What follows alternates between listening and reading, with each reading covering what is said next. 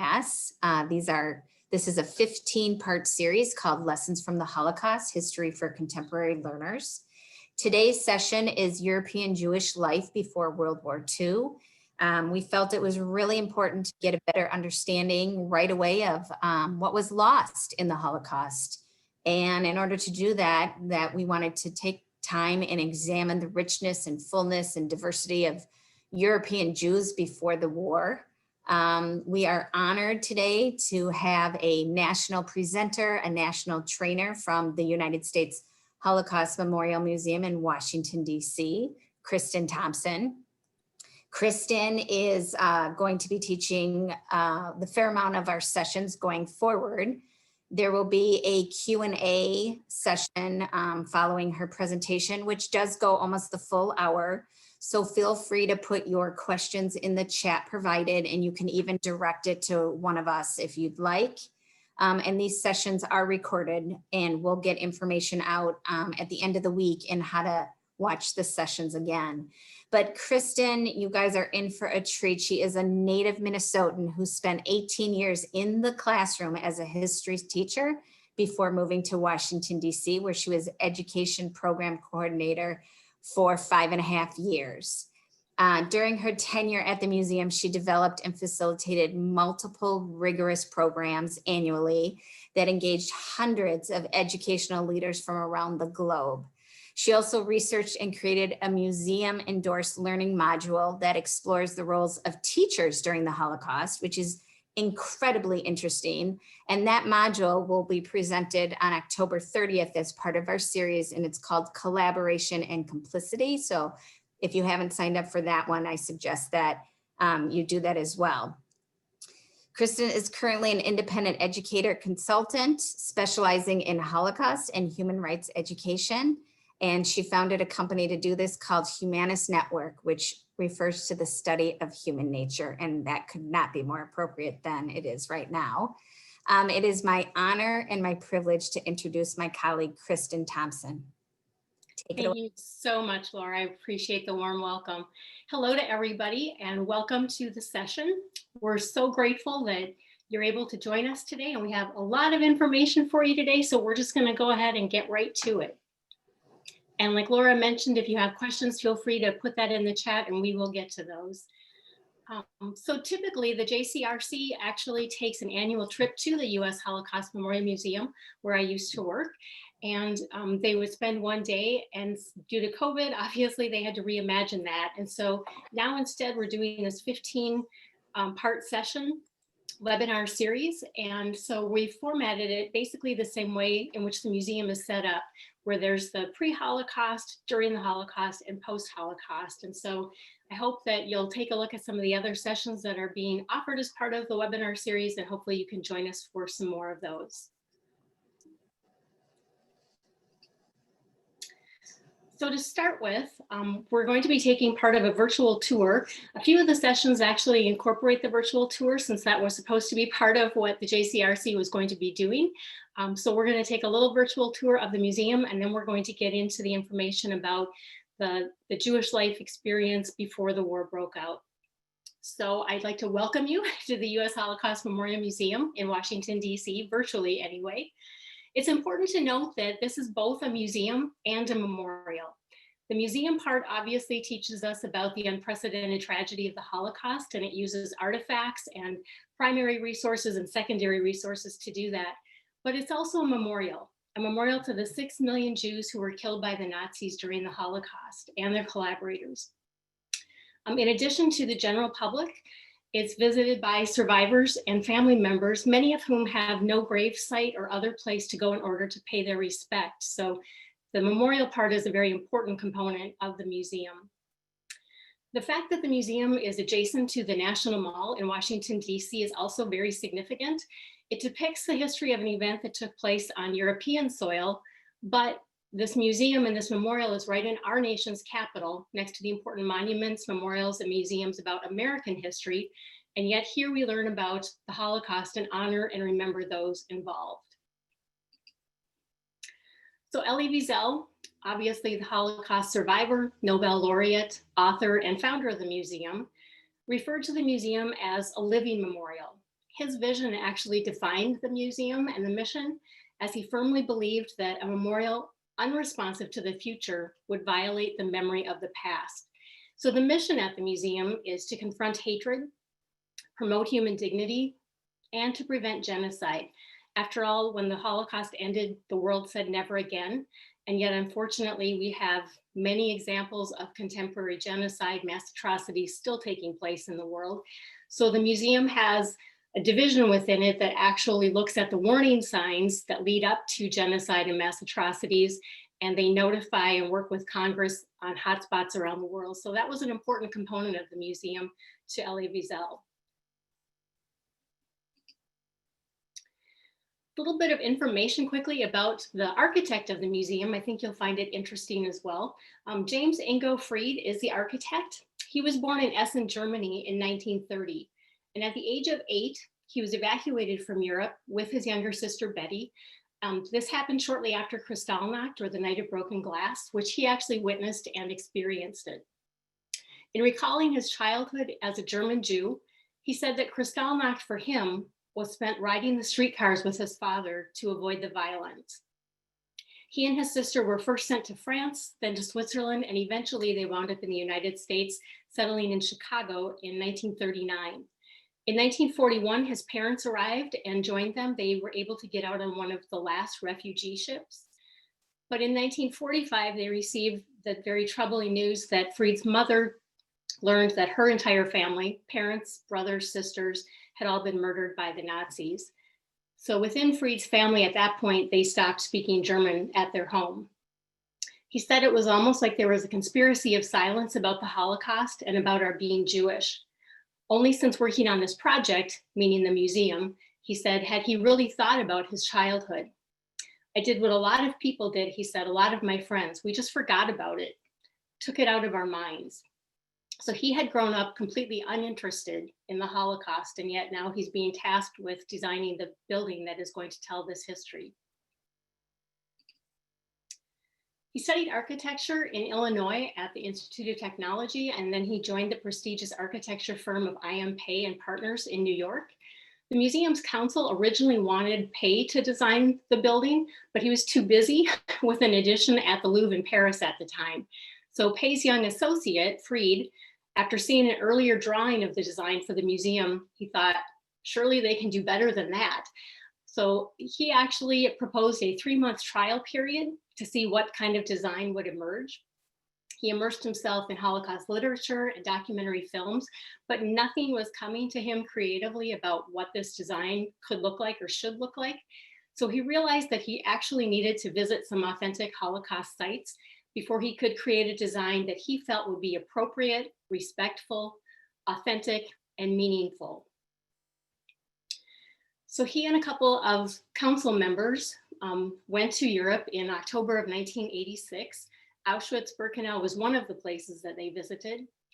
And he spoke about their visit. He said, we arrived at Auschwitz on All Hallows Eve, at a camp shimmering in candlelight and full of people. We walked through Auschwitz's permanent exhibition, barracks containing displays made brutal by their sheer mass, victims' hair, eyeglasses, shoes, and personal belongings. We walked to the ruins of the crematoria at Birkenau and went upstairs to a guard tower that overlooked the massive city of extermination that was Auschwitz-Birkenau. The enormity of the Holocaust became apparent by the power of the place. He says, when I walked into this, some archaic memories must have been stirred because emotionally, this was a turning point for me. He said, I stood in a time warp realizing that except for good fortune, I would have been brought to a place like this to die. He also struggled at the time with detaching himself from the emotions of the place. And he said he had to retreat to an analytic mode where he began to speculate how one would do a building that might incorporate some of these techniques of construction. And that night, he started to sketch his building. These were some of his early sketches, and for any of you who've been to the museum, parts of it might actually look familiar to you, even just from these rough sketches. He said of the early sketches, I felt there had to be a way of making the building talk. After visiting the authentic sites, he felt the building had to be expressive of the event itself. It would have to communicate through raw materials and organization of space, the feeling of forced movement, disruption, alienation, constriction, observation, selection. He said the museum was designed as a place quarried from the memory of other places. I like that a lot. I think it's very, very inspirational. He also wanted the structure to be sufficiently ambiguous, though, and open-ended so that others could inhabit the space and imbue the space with their own memories. So he didn't want it to be just about what he experienced and what he saw at Auschwitz and some of the other authentic sites that they went to, but he wanted all visitors to be able to come in and kind of make their own memories in this place.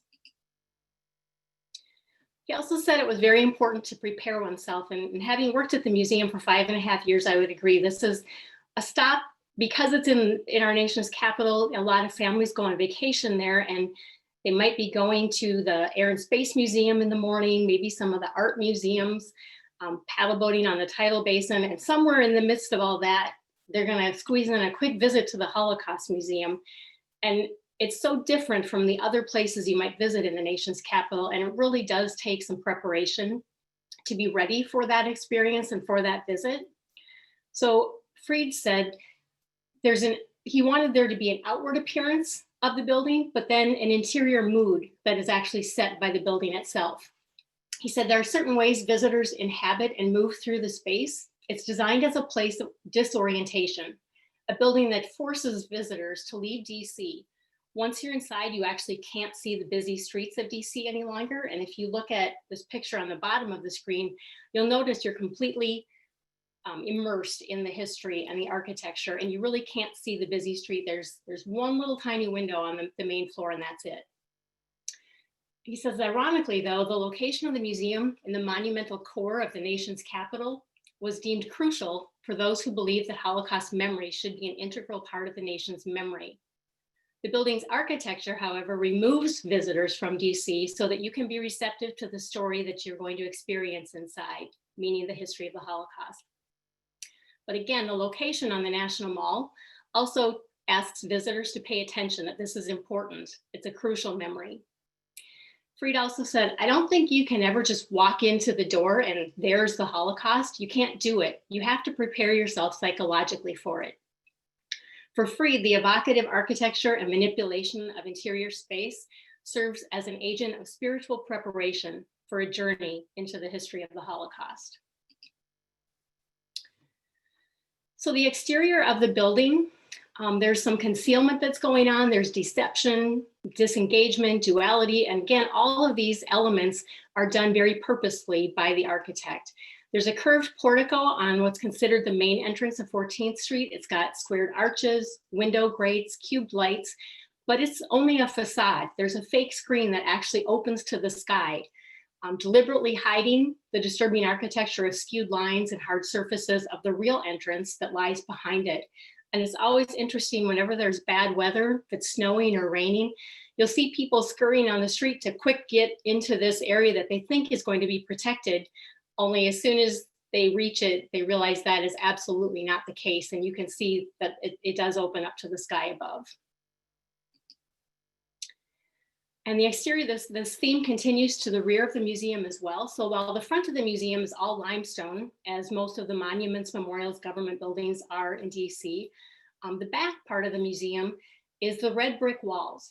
And this offers a completely different perspective, and it reveals a roofline profile of camp guard towers, and it looks like a procession of sentry boxes. The view is very different from that of the front of the building. And again, sort of in the back of it, you start to get a clearer sense of what the building is actually about.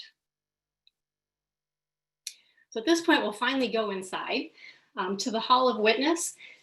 And this is where you would enter if you actually go to the museum.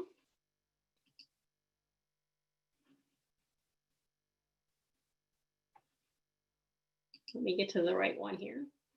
There we go.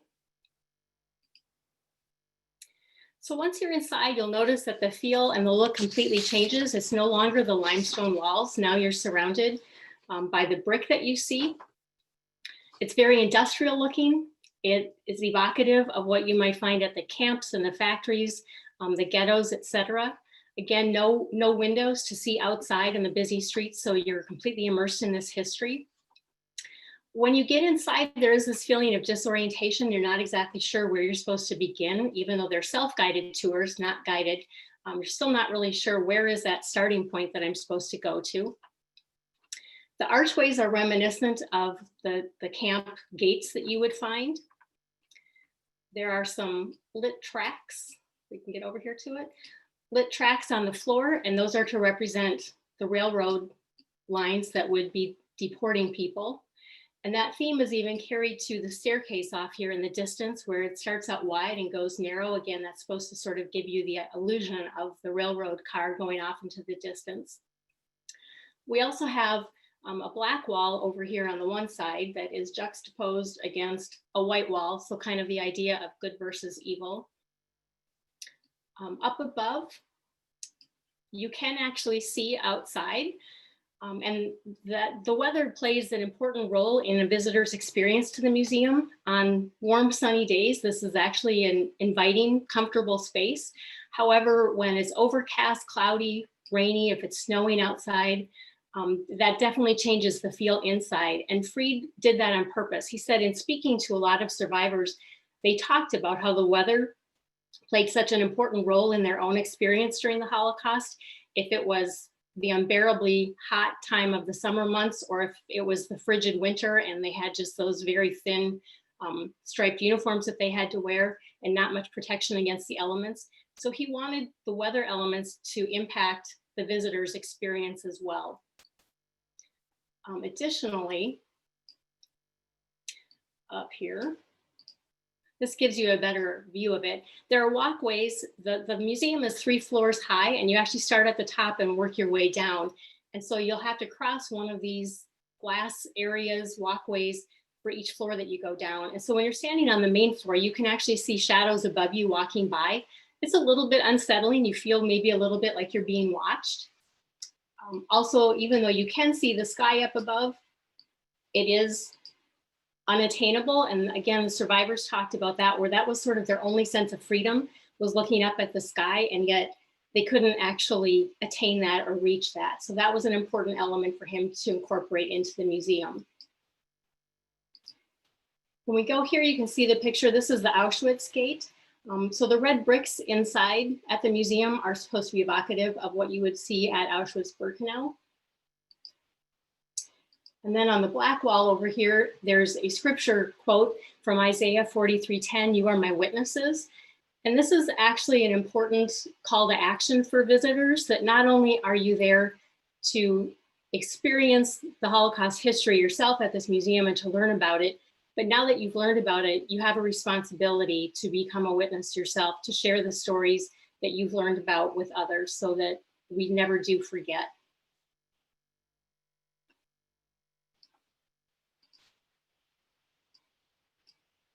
There we go.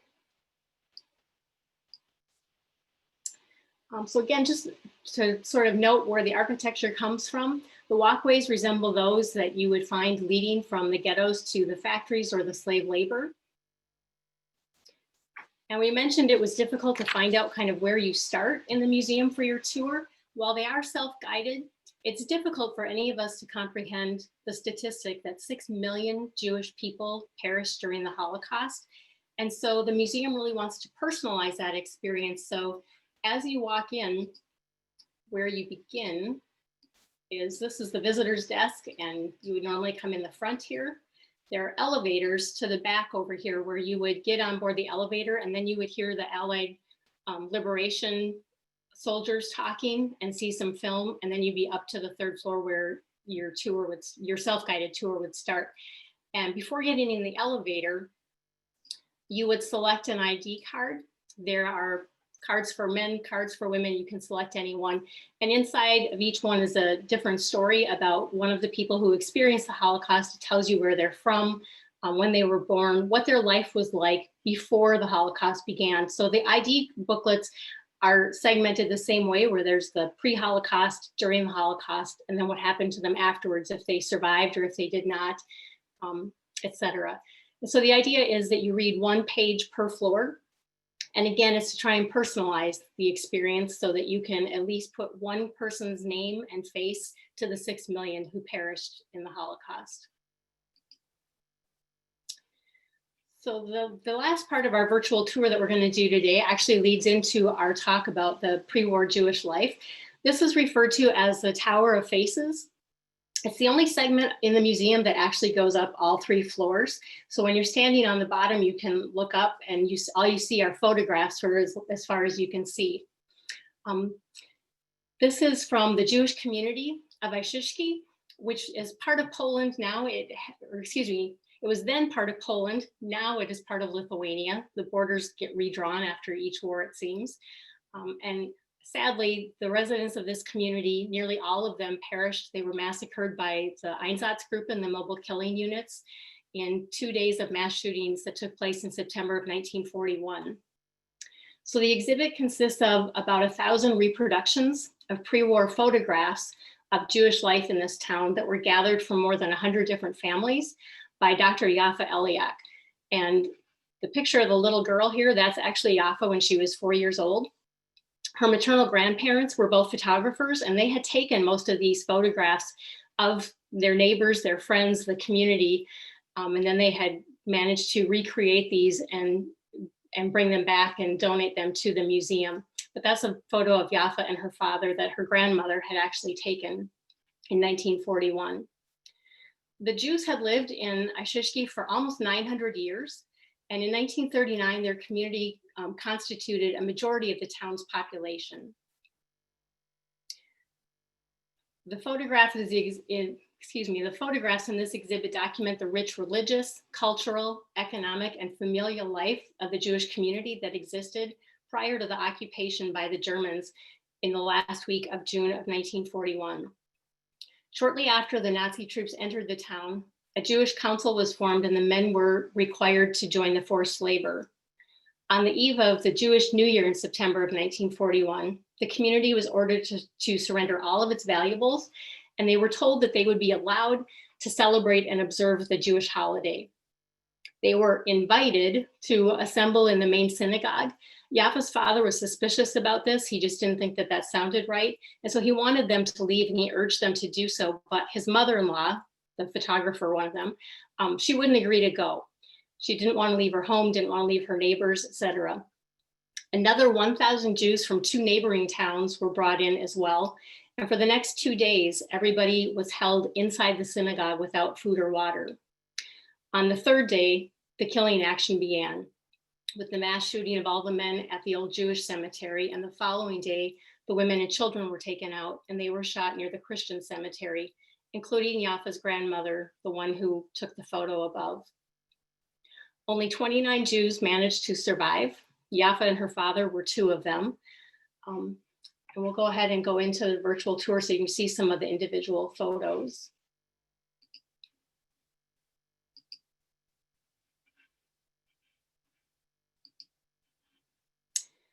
When you look at the individual photographs, many of them probably look similar to what you might find in your own family photo albums. Perhaps your grandparents have them. I realize nowadays most people just have photos on their phone and we don't print photographs anymore, which is too bad. But perhaps if you think about grandparents or your parents, they might have photo albums, and a lot of these pictures might be something similar to what you'd see there. Many of the photos contain families sharing moments like picnics, they're going biking, friends are swimming, sledding, skiing together, families are celebrating happy occasions, weddings, etc. And I think too often when we study the Holocaust, the Jewish people are really only portrayed as victims, but to truly understand what was lost, we have to see the richness and the fullness of their lives before the Holocaust to recognize that they were individuals with families, friends, hopes and dreams for the future. They were people just like you and me. When I worked at the museum, I would find myself especially drawn to this exhibit. I would spend a great deal of time looking at the individual photographs and wondering what might these people have gone on to do had their lives not been cut short. And I would wonder, would someone have become a great scientist or doctor, maybe finding a cure for a disease that still plagues us today? Would someone have entered into a life of politics, shaping their community or their country? Would someone have become a teacher and influenced the lives of their students? Would someone have created beautiful works of art or music?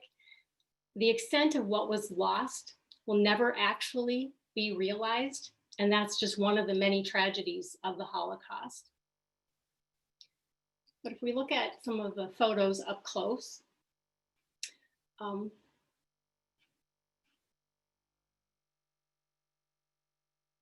so this is Esther.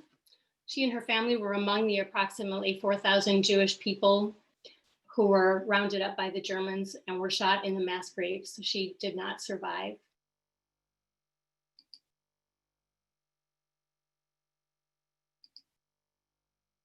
Again, that's Yafa and her father. And some of the young girls from the community, again, just showing everyday moments that are things that we all probably take for granted, but just a young group of friends.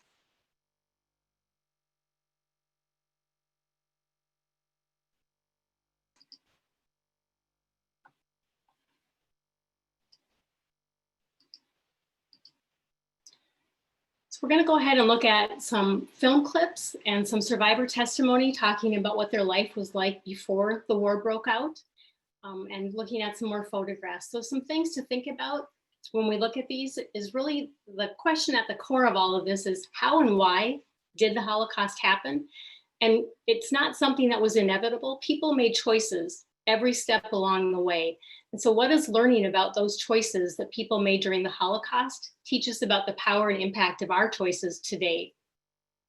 And also to think about, especially for these folks, how can isolation and unfamiliarity between groups of people influence the beliefs that members of one group form about members of another group? So keep those in mind as we look at some of these photographs.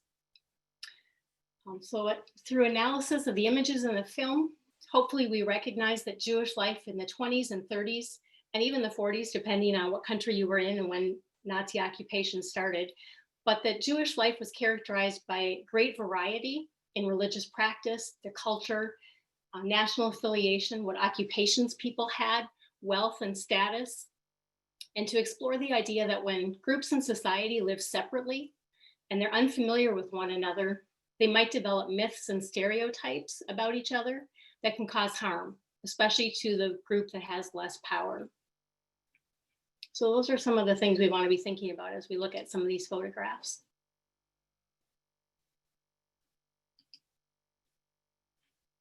And just to get all of us on the same page when we're talking about the Holocaust, the museum's definition, they have many historians and scholars who worked on what the definition would be and should be. Words matter, word choices matter, and so the precision of language is very important. And so this is the museum's definition of the Holocaust. The Holocaust was the systematic, bureaucratic, state-sponsored persecution and murder of approximately 6 million Jews by the Nazi regime and its collaborators. So it's important that this was something that was government sponsored and backed, and that it was also not just the persecution, but the murder of the Jewish people, because they are the only group during the Holocaust where the entire population was supposed to be annihilated according to the Nazis. In the next section of the definition, it goes on to say that during the era of the Holocaust, German authorities also targeted other groups because of their perceived racial inferiority. So the Roma, we would probably know them better by the name gypsies, but that's a derogatory term. Disabled and some of the Slavic people, Poles, Russians, and others. Other groups were persecuted on political, ideological, and behavioral grounds, and among them would be the communists, socialists, Jehovah's Witnesses, and homosexuals. But again, the Jewish people were the only group that were actually to be annihilated, completely wiped out. It's also important to remember that the Holocaust was incremental. It happened in steps. It didn't happen all at once.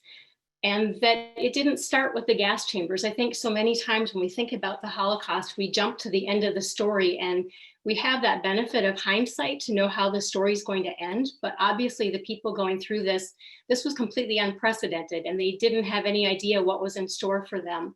And it didn't start with the gas chambers. It started with words. There were words and rhetoric that were used for the purpose of dividing the people, creating an us versus them atmosphere, creating a group that was the other, blaming a minority for all of their problems, a scapegoat, so for the bad economy, for the loss in World War I. The rhetoric was used to incite fear, saying they are trying to take over, whether he was talking about the communists at one point, the Jews, but to incite fear that somebody is going to come in and disrupt your way of life and take over. And the rhetoric was used to distill propaganda, to control the message. One of the first things Hitler did as he took power, he was never elected, but when he takes power, he managed to control the press and the radios, and it was one message that was going out from the government, and that was the only message that they wanted to get across to people. So again, it starts incrementally with the words and the rhetoric, and it builds to the point of the gas chambers. So those are the warning signs that we need to be looking for where those are happening around the world. And this map gives you an idea of the Jewish population and communities in Europe before the Nazi rise to power. So I know it's a little hard to read because European countries are a bit squished together, but hopefully you can see they have what the actual population is. So if you look in Germany, for instance, it's around 250,000, it's 525,000 people. But when you look above that in the little circle, there's a percentage there, and that's a 0.8, 0.9. It's less than 1% of the population. And that's important to keep in mind, that as Hitler's talking about how, oh, these people are going to take over and we need to be afraid of them, less than 1% of the population in Germany. Poland had the largest population with over 3 million Jewish people living there. But again, that's only about 10% of the population.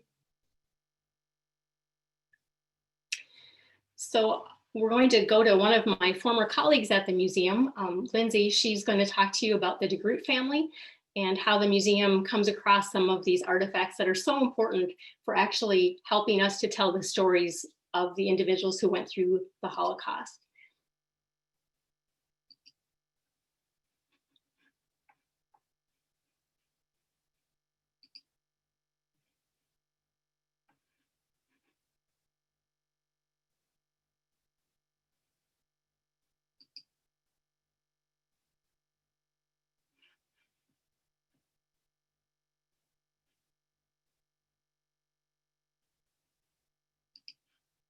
Over the years, the Film and Video Archive has amassed a significant collection of home movies or amateur film materials. We have nearly 65 collections of individuals telling the stories of individual people before, during, and after the Holocaust. In this way, we pay tribute to the very personal stories of people who had experiences during the Holocaust.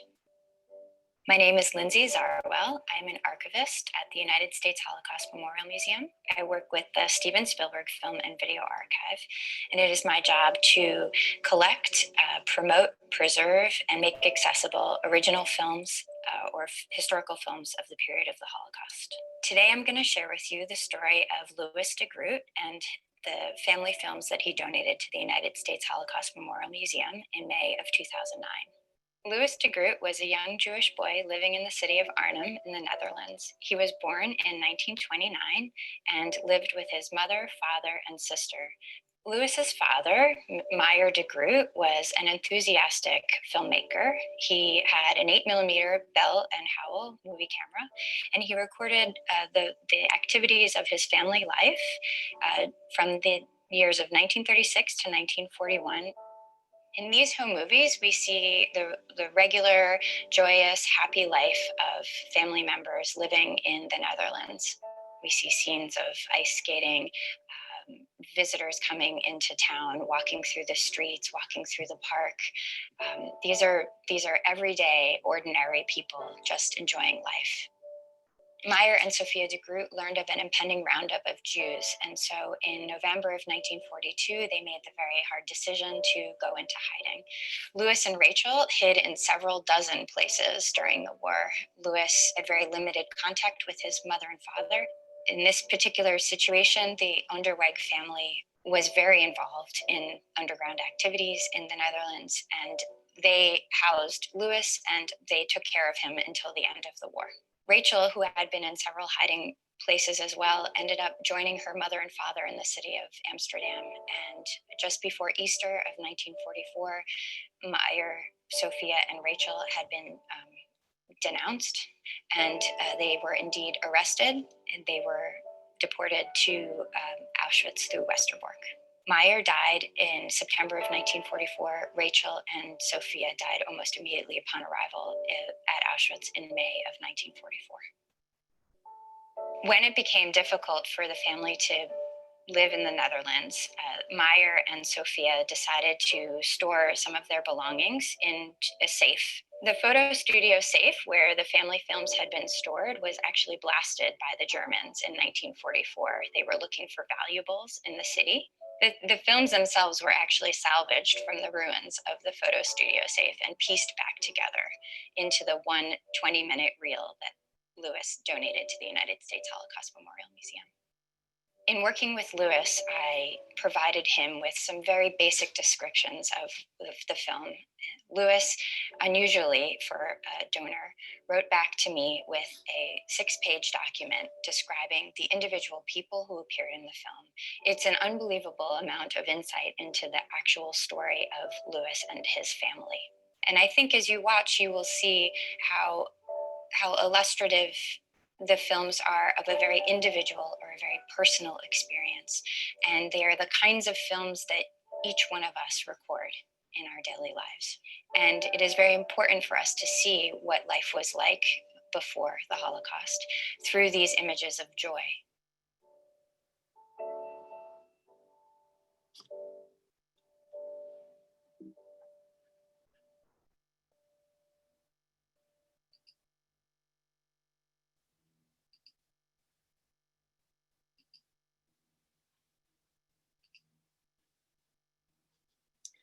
Like Lindsay said, it's just so important for us to see their experience before the war broke out and to see them as so much more than the victims that we come to learn about much later on.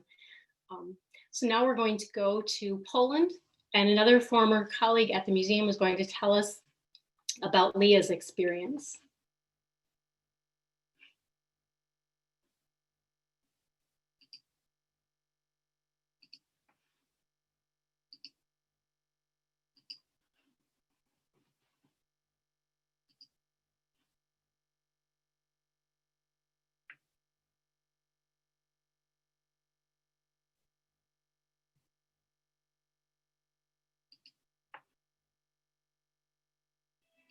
In 2008, Leah and I met in her apartment in Chicago, and she entrusted me with the photographs and the documents that really did illustrate her full life in Bialystok before she left for Palestine.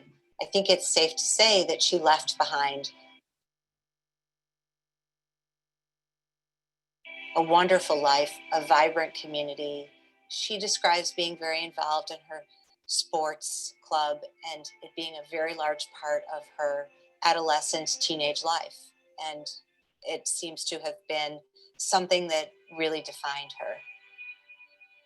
Leah Gutman was a Holocaust survivor who came from Bialystok, Poland. She describes the community as very wonderful and nurturing, and her family was very close-knit.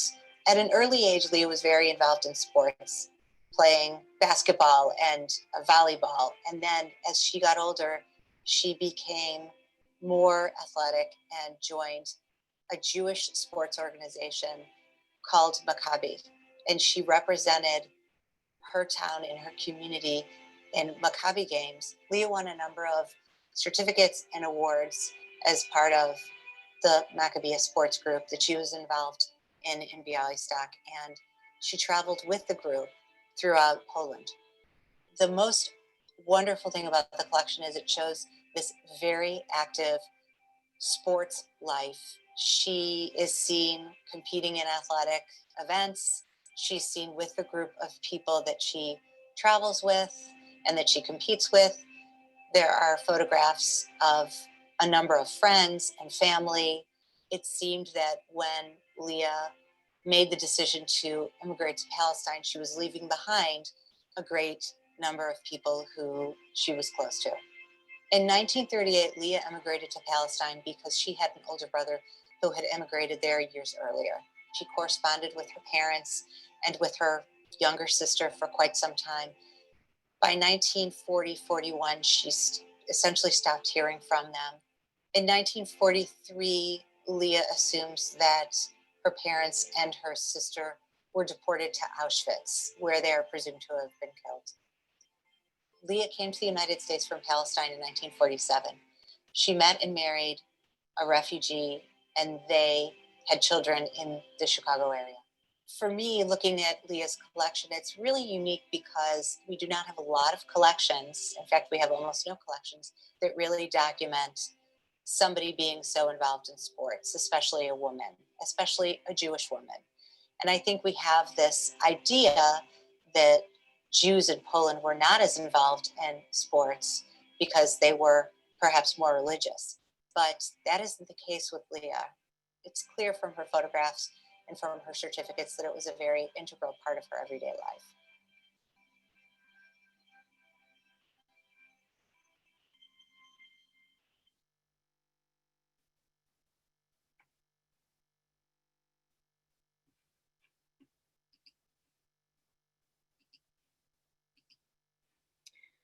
And again, so to move away from some of the stereotypes or this idea that there's a single story of what the Jewish experience must have been like in Europe before and during the Holocaust, you can start to see that there's quite a variety already just within the first couple stories and experiences that we've heard about.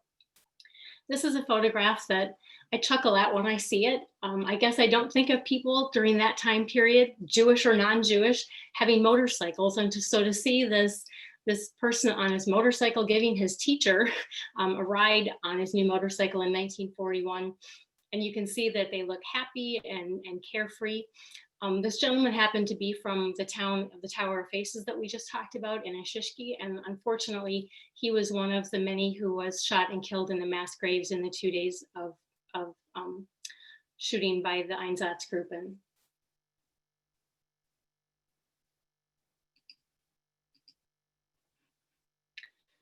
Next, we go to Romania. This is Greta. She was born in 1921 and had a younger brother, Otto. Her mother was born in Krakow and she studied philosophy at the university.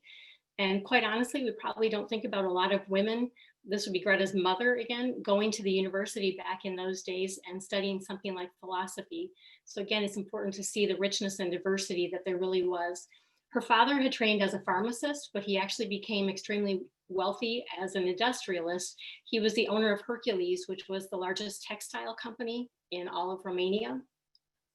Greta, her brother, and mother all did survive. There will be links at the end of this program if you wanted to get more information about particular people, but in the interest of time and just trying to show the wide array of experiences, we're going to go through some of these a little bit more quickly than others. And this certainly gives you a different image from what we've been looking at the last few. This is a teacher and his students in a school for Jewish children in which Hebrew and religion are taught. And definitely a very different look, like we said. This is in Poland in the 1920s.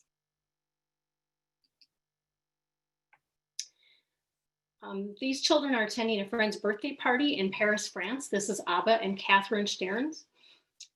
Among the pictured are Abba, he's the second row far right, and his sister Catherine, she's in the front row, third from the left.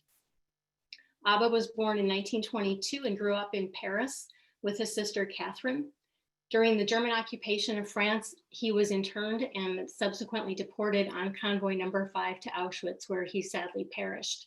Catherine, his sister, did survive the war, and she was later married to another child survivor who had been in Buchenwald. And this is Abba and his classmates at an elementary school in Paris. So again, very different from what we saw of these children in school, young boys, probably about the same age, but depending on where they're from, what their community is like, very different experiences, even though they're both Jewish boys about the same age at that time. This is Esther. She's the young girl. She's posing with her father, Shimon Romano, in front of their clothing store in Lyon, France. They actually, Shimon and his wife, Regine, were both born in Ismir, Turkey. They had an arranged marriage. Their oldest daughter was born in Ismir in 1923. And then soon after she was born, they decided to move to France, where Shimon was looking for work, and he found work in a factory. They later had 4 daughters who were then born in Lyon, France: Suzanne, Esther, Juliette, and Camilla, who now goes by Tamar. And she's the one who donated their collection to the museum. Regine, the mother, worked in sewing alterations while they were in Turkey, but once they got to France, she stayed at home with the girls.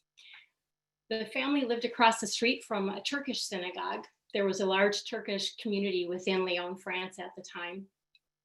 In May of 1940, Germany invaded France, but Lyon was situated in the so-called free zone under the leadership of the Vichy regime. Though there were anti-Semitic legislation that was in place, even in Vichy France, the Romanos did not face true danger until about 1943. In 1943, the Vichy police came to pick up Shimon, the father, and Tamar, the youngest daughter, insisted on going to the police station with her father. They ended up staying there for the night, and Shimon, the father, was then incarcerated and released after 2 weeks. Tamar attended the local school until the beginning of 1944, but then one afternoon, her principal called her in and said she was going to be going to a children's home for a month or two, that her parents had agreed to this because she would be safer there. After a short time, however, Tamar missed her family so much that she just decided to return home on her own. And her father was completely taken aback, asking, "What are you doing back here? We sent you away for your safety." Well, that particular night, their neighborhood was actually attacked, and Shimon, the father, woke up and told the family that they needed to leave immediately. They took a bus to a small village where the mother-in-law of Tamar's oldest sister, Rochelle, where the mother-in-law had a summer home there. They later learned that 1 hour after they had left, the Gestapo had encircled the entire neighborhood and rounded up all of the Jewish people for deportation. The Romanos remained in this village until the end of the war, when they returned to their apartment in Lyon, only to find out that it had been ransacked and was in terrible condition. The rabbi of their synagogue had been one of the people deported as well and perished in Auschwitz. After the war, Tamar worked for various children's homes herself, and she later married and immigrated to Israel in the early 1950s. She has 5 children, 27 grandchildren, and 32 great-grandchildren. So here are some more pictures of their family. The wedding of their oldest daughter up here in the corner. So it would have been her mother-in-law that provided them with a safe place for them to stay. And this was the elementary school in Lyon. So again, a different experience for kids about the same age. And this was the rabbi of the Turkish Jews with his family who were deported. This is the Vitalis family from Greece. It's actually an extended family. So there's Vitalis, but then there are also some family members with the last name of Ackas. And I hope I'm pronouncing some of these correctly. Menahem, the father, was a veteran of World War I. He was a businessman and he was a taxi owner. On April 6th in 1941, the Germans and Italians came into Greece and they jointly occupied Athens. Though the Jews did not have to wear the yellow star, they did have to carry identification papers listing their religion. The Ackas family listened illegally to the BBC on a radio that they kept hidden in a well. Again, part of that controlling the message and the propaganda was that you weren't allowed to listen to outside information coming in. Menahem joined the Partisans, which was the resistance group, and he placed his wife and children into hiding in the basement of the home of a friend. They had hidden there on and off for 3 years during the war. Eventually, Menahem returned from the Partisans, or the resistance movement, and the family went back to their home. But a Nazi general announced via the Greek archbishop that no harm would come to the Jewish community if all the men reported to the synagogue for 1 hour every Saturday.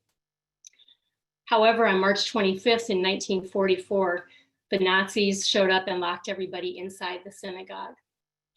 Samuel, their oldest child, was selling cigarettes on the black market outside the building and witnessed what was going on. He rushed home to tell his mother, and she gathered up the rest of the children and with Samuel's help, they returned to their hiding place with their friend. These transported everyone who was in the synagogue to a small camp, and from there they were deported to Auschwitz. Menahem perished in Auschwitz, as did many other family members. While in hiding, Samuel supported the family by trading on the black market for food. After the liberation of Athens, the family returned home to find a Nazi collaborator had taken over their house, and they were only given back one room and the cellar. Luckily, Menahem had been able to save his taxi cab from Nazi confiscation by disassembling it and hiding different parts of it with different friends. So Rosa, the mother, and Samuel, the oldest son, reassembled the taxi cab, even though they themselves could not drive, but they restarted the taxi business. Even so, with this business, life was very difficult. There was little food for the family, so Rosa had to put the two youngest daughters, Mary and Esther, in an orphanage for 3 years while trying to put their lives back together. She visited them each weekend and reassured them that this was not a permanent solution. Eventually, the family, the children, and Rosa emigrated to the US, and they settled in St. Paul, Minnesota. So it's pretty amazing to have a local story like that. So here are some pictures of the family. This is one of their relatives with his car in front of the temple. Makes me think of the taxi business that the father had. The two girls, Mary and Evelyn, at the orphanage. And then this is the family arriving in St. Paul, Minnesota, and they're disembarking a train.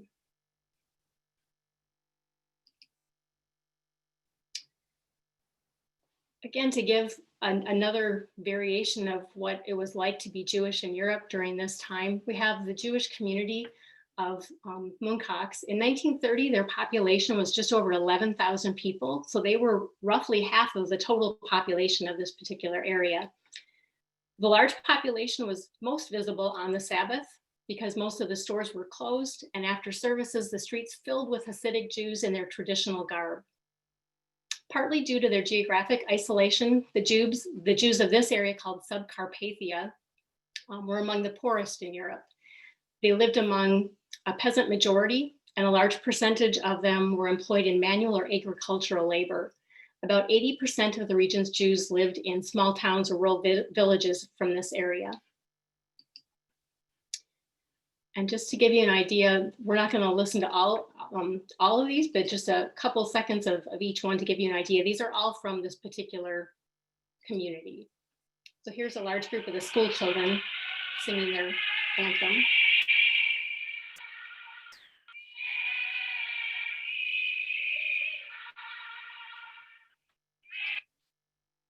And the Zionist youth sing while dancing, one of their folk dances.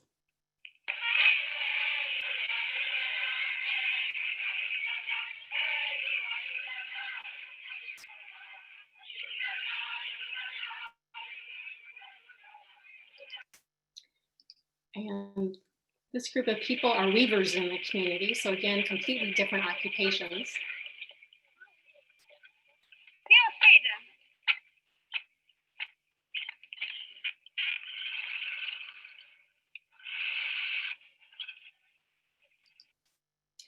And this last one is a May Day parade, and you'll see a bunch of people on bicycles with sashes that have writing on them. And you'll notice many of the people in the traditional garb, as they mentioned. So many are Hasidic Jews in this particular region.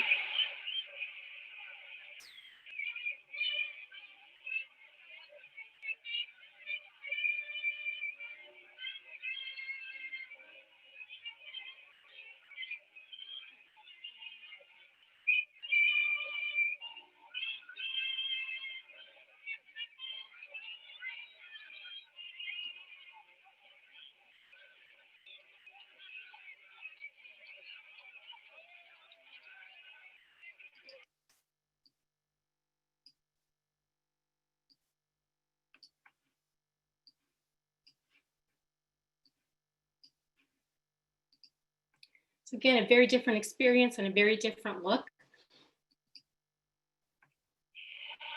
Oops. Sorry, I thought I took care of that.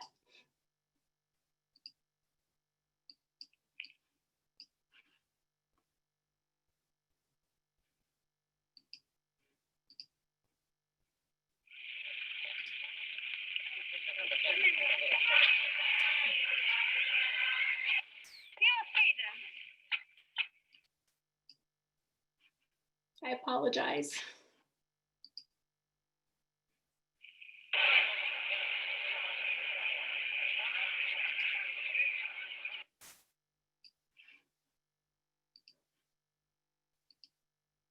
There we go. Okay.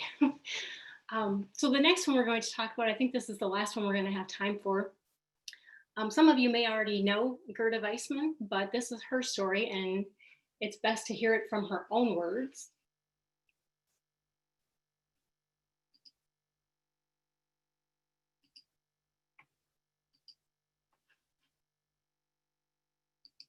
You know, in retrospect, my parents seem absolutely saintly and everything seems just marvelous. I know it couldn't possibly be that way. I know it must have rained at times, but my memory is very vivid, and I cherish it very much, and I don't see why I should change this perfection, which I remember. I had one older brother. He was 5 years older than I. His name was Arthur. My parents' name were Julius and Helene Weissman. We lived in an old, large home outside of town. It was a huge garden with many fruit trees and flowers, a wonderful thing for children to roam in. I had 10 cats, all black. I knew all the names, and now, you know, my children, now my grandchildren are amused for me to recite the names of my cats. My brother had 2 dogs. I used to love swimming in summer, skiing in winter, and by and large, I think I had a marvelous childhood.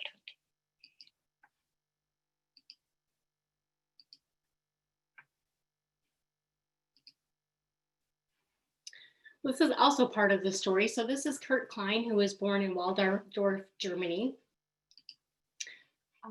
I love the lederhosen that he and his brother are wearing in this picture. And this was Kurt Klein as a young child. He was the youngest of 3 children, born to Ludwig and Alice Klein. He was born in 1920 in Walldorf, Germany.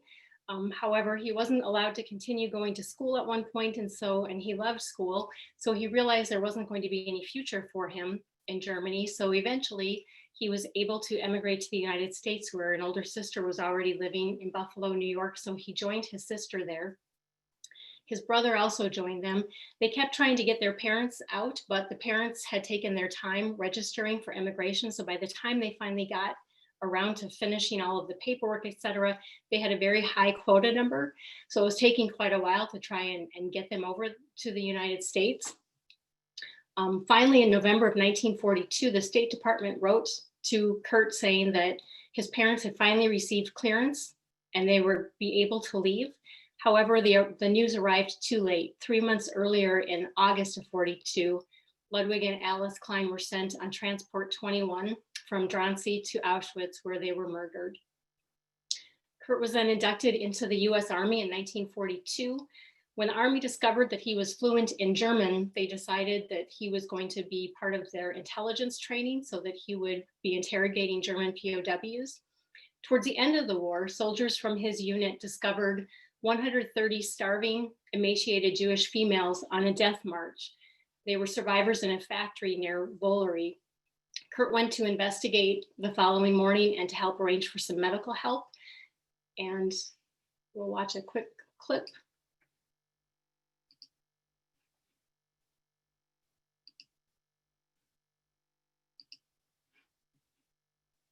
My very clear view of freedom and liberation came that morning when I stood in this doorway of that abandoned factory. And I saw a car coming down the hill. The reality of that came when I saw the white star on its hood and not the swastika. There were 2 men in that car. One jumped out. I saw some skeletal figures trying to get some water from a hand pump, but over on the other side, leaning against the wall next to the entrance of the building, I saw a girl standing, and I decided to walk up to her. I remember that aura of that awe, of the disbelief in daylight, to really see someone who fought for our freedom, for my ideals. And he looked like God to me. I asked her in German and in English whether she spoke either language, and she answered me in German. I knew what I had to say. And I said to him, we are Jewish, you know. For a very long time, at least to me it seemed very long. He didn't answer me. And then his own voice betrayed his emotion. He was wearing dark glasses, I couldn't see his eyes. He said, so am I. Asked about her companions. May I see the other ladies? A form of address we hadn't heard for 6 years. I told him most of the girls were inside, they were too ill to walk. And he said to me, won't you come with me? I didn't know what he meant. So he held the door open for me and let me proceed him. And that was the moment of restoration of humanity, of humaneness, of dignity, of freedom. We went inside the factory.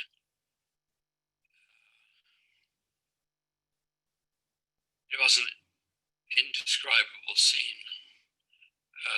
There were women scattered over the floor on scraps of straw, some of them quite obviously with a mark of death on their faces. I took him to see my friends.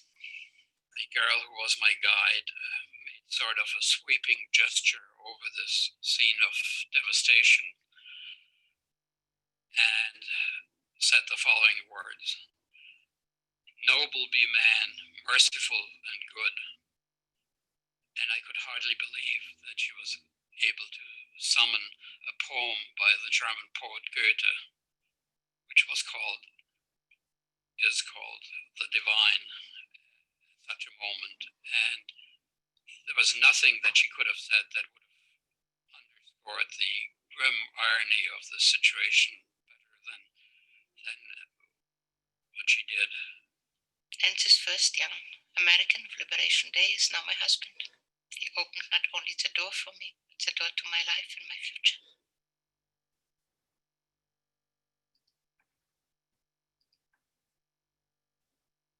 I'm very clear.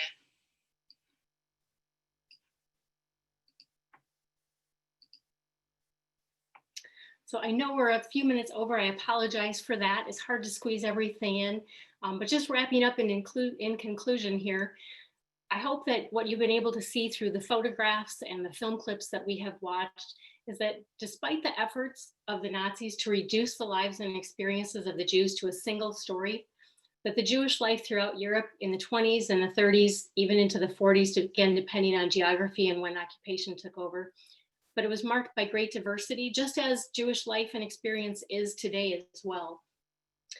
And I hope that we also start to realize that the true extent of what was lost in the Holocaust, the 6 million individual lives, even though we get to know some of their experiences and know who some of these people were, we can't really fully understand and appreciate all that was lost because we'll never know what these people could have accomplished, again, had their lives not been cut short. And one last part about the museum, as you're walking through those glass walkways that we talked about earlier, there are names of communities that are etched into the glass. And these are communities that had Jewish populations before the war broke out. And by the end of the war, there was no sizable Jewish population left. They're in alphabetical order from the countries in Europe, and it goes through each one of these walkways.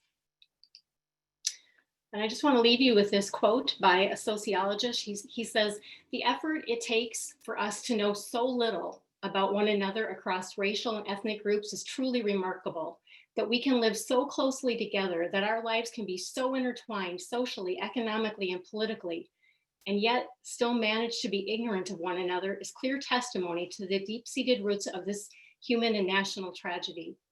What we do learn along the way is to place heavy reliance on stereotypes, gossip, rumor, and fear to shape our lack of knowledge." So while the Jewish people were completely immersed and assimilated into society in Europe. Again, oftentimes their neighbors didn't really know who they were. And so we owe it to one another to get to know our neighbors. And again, just closing thoughts. And I know some of you are actually with a class, whether it's high school or college. So perhaps your instructor wants to have some accountability for attending the session. So these would be possible journal prompts and otherwise just some closing thoughts. But to think about what surprised you about European Jewish life before the Holocaust. Was there something new that you learned either about the museum's architecture or the architect himself? And how does this idea of stereotypes, rumors, or fear play into the choices that people made allowing the Holocaust to take place? And then finally, what are the lessons that we can and should learn about allowing those stereotypes, rumors, or fear to impact the decisions that we make today about society, about our neighbors, about people whom at first glance may seem different from us because of religion, ethnicity, cultural customs, etc. So thank you all very much. I apologize that we ran over, but I'm grateful that you joined us today. We will have recordings available of all of the sessions. There will be a link put up in just a little bit for you. If you'd like some information on further local Holocaust programs from the JCRC, please go to the website that's provided here. And as always, we thank the generous donors for making these programs possible. And Flora or Susie has any final words? Sure. Well, Kristen, thank you very much for starting off the session today. I think that, you know, we all know, and there are, as a child of survivors, and there are many children and grandchildren of survivors on this Zoom session today, that we know preserving the film, the stories, the song, the recipes, all of that, how important that is for our own generational history, and then also healing as we go out into the world and raise our own families. As a little surprise, we did not go through your entire PowerPoint, but you actually covered my family. I was wondering if do that. So thank you very much for doing that. They were Greek Jews that landed in Minnesota, and my Auntie Esther was up in Duluth, and you showed a picture of my mother and her sisters. And so that was really special to see. So thank you for that. What a coincidence, right?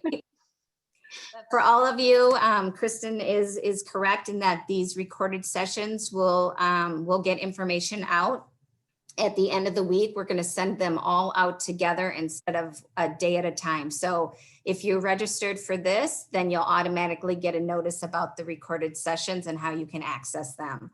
But thank you. I think that we know the richness of the museum, obviously, because the JCRC goes there every year. People tell us year after year, and we've been doing this for over 30 years, that there is no place like the museum, that the smells and the sights, and when you're absorbed in the architecture, it's overwhelming, and it's overwhelming for a reason. And so I really appreciated going behind the scenes. And so thank you for your expertise today. Absolutely. Thanks, everyone. Goodbye, everybody. Thank you for joining us.